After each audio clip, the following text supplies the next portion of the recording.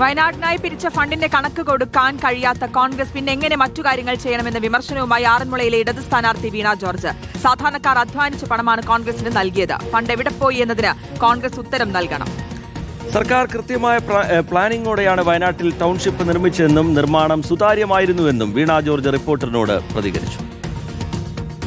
CPM ഭാഗത്തുനിന്ന് ഒരു പ്രധാനപ്പെട്ട ആരോപണമായി വന്നിരിക്കുന്നത് UDF-ന്റെ, അതേ പ്രത്യേകിച്ച് കോൺഗ്രസിന്റെ KPCC-യുടെ വയനാട് ഫണ്ട് സംബന്ധിച്ചുള്ള അവർ പണം പിരിച്ചതാണ്. അതാണിപ്പോൾ എങ്ങും ചർച്ചയായിരിക്കുന്നത് ഈ അവസാനം വെച്ചത്. വയനാടെന്ന് പറയുമ്പോൾ നമ്മൾ നേരിട്ടുള്ള അനുഭവങ്ങളിൽ ഏറ്റവും ദുരന്തമാണ് അത് ഉണ്ടായിട്ടുള്ളത്.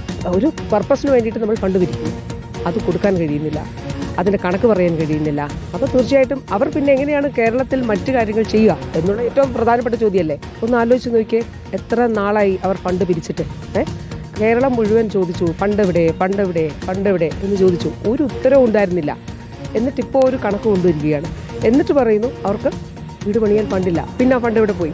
സാധാരണ മനുഷ്യർ അവരുടെ അധ്വാനത്തിൽ നിന്ന് ഉണ്ടാക്കിയ തുകയാണ് ഇതിന് കൊടുത്തിരിക്കുന്നത്. അതിൽ സാധാരണ കോൺഗ്രസ് പ്രവർത്തകരുണ്ട്, മറ്റാളുകളുണ്ട്, അങ്ങനെയുള്ളവരെല്ലാം കൂടെ ചേർന്ന് കൊടുത്തതല്ലേ. അപ്പോൾ തീർച്ചയായിട്ടും ഉത്തരം പറയണ്ടേ അല്ലേ? സംസ്ഥാന സർക്കാർ വയനാട്ടിൽ അവിടെ വീടുകൾ വെച്ചിട്ടുണ്ട്. അപ്പോൾ അതിന് വിമർശനം വന്നിരിക്കുന്നത് ഇത്രയും നാളായല്ലോ, എന്തുകൊണ്ടാണ് ഇത്രയും വൈകിയത് എന്നുള്ള ചോദ്യങ്ങളൊക്കെ ഉയരുന്നുണ്ട്. ഒരു ടൗൺഷിപ്പ് നിർമ്മിക്കുക, വീടുകൾ നിർമ്മിക്കുക, ഏറ്റവും അതും വളരെ കൃത്യമായ പ്ലാനിങ്ങോടുകൂടി അവരുടെ ആവശ്യങ്ങൾ അറിഞ്ഞ് തന്നെ അത് ചെയ്യുക എന്നുള്ളത് ഏറ്റവും വളരെ പ്രധാനപ്പെട്ട കാര്യമാണ്.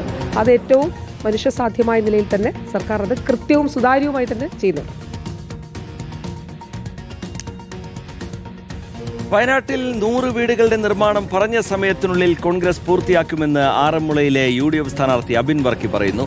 പിരിച്ച പണം സംബന്ധിച്ച് വ്യക്തതയുള്ള കണക്കാണ് കോൺഗ്രസ് അവതരിപ്പിച്ചത്. DYFI പിരിച്ച പണത്തിൽ അവ്യക്തതയുണ്ട്.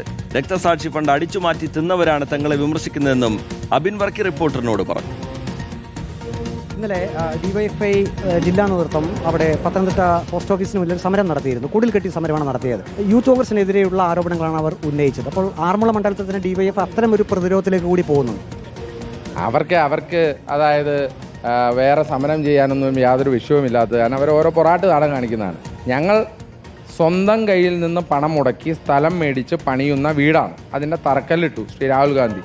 അത് സമയബന്ധിതമായി പൂർത്തീകരിക്കുമെന്ന് ഞങ്ങൾ പറഞ്ഞു. അത് ഞങ്ങൾ പൂർത്തീകരിക്കുകയും ചെയ്യും. അതിനിവിടെ പൊറാട്ട് നാടകം കളിക്കാതെ ആ പാവപ്പെട്ട രക്തസാക്ഷിയുടെ ഫണ്ട് അടിച്ചു മാറ്റിയ ആളുകളെ പുറത്താക്കാനുള്ള നടപടി വല്ലതും DYFI ചെയ്യുന്നതാണ് നല്ലത്. അതുമാത്രമല്ല, ആ പിരിച്ച പൈസയുടെ കണക്കൊക്കെ ഒന്ന് അവതരിപ്പിക്കുകയാണ്. അല്ലാതെ ഇവിടെ വന്ന് ഈ പൊറാട്ട് നാടകം കളിച്ചാൽ ജനം അതൊക്കെ പുച്ഛിച്ചതുള്ളൂ എന്നുള്ള ഇതുവല്ല സംശയമുണ്ട്. ആറന്മുളയിൽ വിജയം ഉറപ്പിച്ചു തന്നെയാണ് മുന്നോട്ട് പോകുന്നത്. അല്ല, വലിയ ശുഭപ്രതീക്ഷയിലാണ്. ഏതായാലും ആറന്മുള നിയമസഭാ മണ്ഡലത്തിൽ തനിക്ക് വിജയം ഉറപ്പാണെന്ന് UDF സ്ഥാനാർത്ഥി അബിൻ വർക്കി പറയുന്നു. അബിൻ വർക്കിയുടെ പ്രചാരണം പുരോഗമിക്കുകയാണ്. വീഡിയോ ജേർണലിസ്റ്റ് അജി കുടുംബനൊപ്പം reporter Praveen Purushothaman, in reporter, Pathanamthitta.